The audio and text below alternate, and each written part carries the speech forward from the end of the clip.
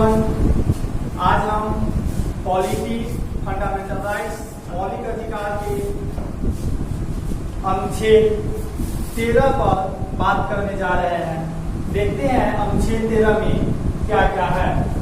इस बात की चर्चा मौलिक अधिकार यानी भाग 3 भाग 3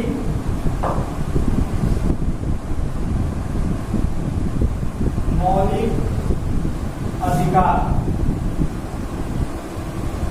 फंडामेंटल राइट्स करते हैं इसको। इसमें आर्टिकल की संख्या 12 से लेकर 35 है। अनुच्छेद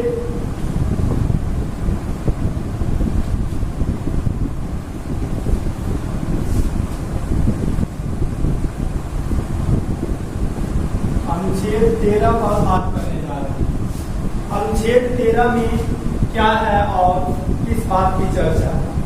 अनुच्छेद 13 में है कि संसद ऐसा कोई भी कानून नहीं बनाएगी, संसद ऐसा कोई भी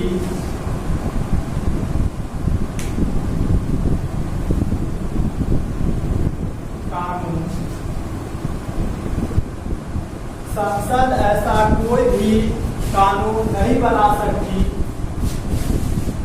नहीं बना सकती जो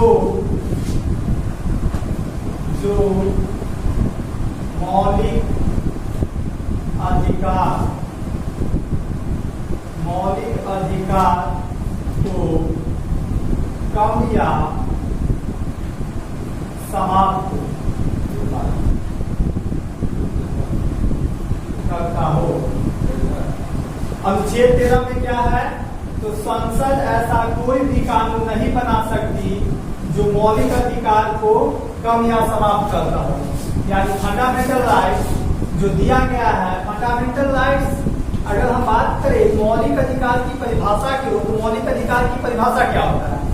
आप मौलिक अधिकार में तो आर्टिकल बता देते हैं 12 से 35 तक पढ़ना है, लेकिन मौलिक अधिकार की परिभाषा क्या होता है, तो मौलिक अधिकार की परिभाषा है राज्य के विरुद्ध दिया गया अधिकार ही मौलिक अधिकार होते हैं। क्या होते हैं, राज्य के विरुद्ध दिया गया अधिकार को मौलिक अधिकार कहा जाता है। तो संसद यानी पार्लियामेंट्री सिस्टम जो हमारे हैं, वो ऐसा कोई भी कानून नहीं बना सकती जो मौलिक अधिकार को कम या समाप्त करता हो। या किस अनुच्छेद में है, अनुच्छेद 13 में। वो दिक्कत अगला अनुच्छेद 13 पर बात करते हैं। अनुच्छेद 13(2) अनुच्छेद 13(2) में क्या है, तो अनुच्छेद 13(2) में न्यायिक सक्रियता की संकल्पना संकल्पित की बात है। तो न्यायिक सक्रियता, न्यायिक सक्रियता की संकल्पना, न्यायिक सक्रियता की संकल्पना संकल्पित।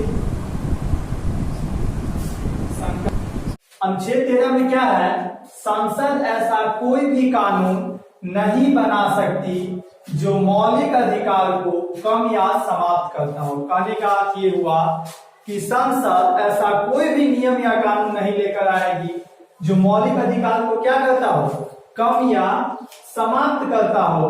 मौलिक अधिकार के अगर आपसे कोई पूछे डिफिनीशन क्या होता है, तो मौलिक अधिकार का परिभाषा होता है यानी डिफिनीशन, राज्य के विरुद्ध दिया गया अधिकार को ही हम मौलिक अधिकार कहते हैं। आइए हम अनुच्छेद 13(2) के बारे में जानिए। अनुच्छेद 13(2) में कहता है न्यायिक सक्रियता की संकल्पना संकल्पित होती है।